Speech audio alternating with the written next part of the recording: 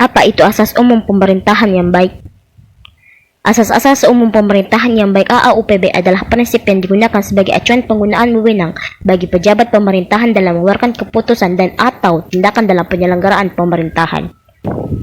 Apa saja macam-macam asas pemerintahan yang baik? 1. Asas kepastian hukum. 2. Asas kemanfaatan. 3. Asas ketidakberpihakan. 4. Asas kecermatan. 5. Asas tidak menyalahgunakan wewenang. 6. Asas keterbukaan. 7. Asas kepentingan umum.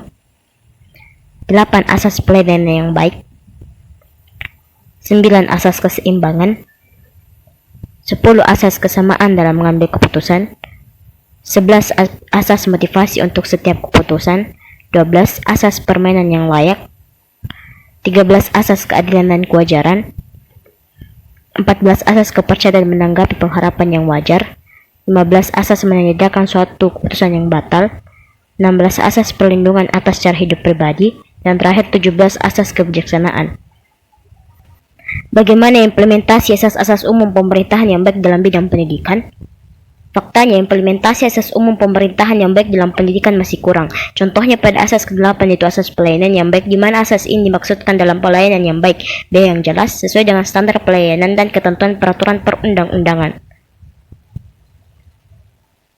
Menurut survei CEO World, Indonesia mendapatkan skor 46,4 dari 100 dan berada di peringkat ke-70 global. Ini dibuktikan dari kualitas dan kuantitas guru, fasilitas, dan pelayanan pendidikan yang masih buruk sehingga menempatkan Indonesia sebagai pemegang peringkat terbawah dalam masalah kualitas pendidikan. Banyak daerah di luar sana yang masih minim tentang pendidikan, terutama di daerah bagian timur pelosok sana. Bahkan bukan hanya sarana prasarana yang kurang memadai, namun juga rendahnya tenaga pendidik sehingga memerlukan tenaga pendidik dari luar. Apa solusi yang harus diterapkan oleh pemerintah?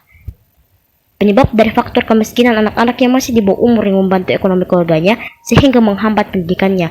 Oleh karena itu, pemerintah haruslah membuka mata memikirkan pentingnya untuk meratakan pendidikan di Indonesia, terutama bagi sekelompok masyarakat di pelosok terpencil.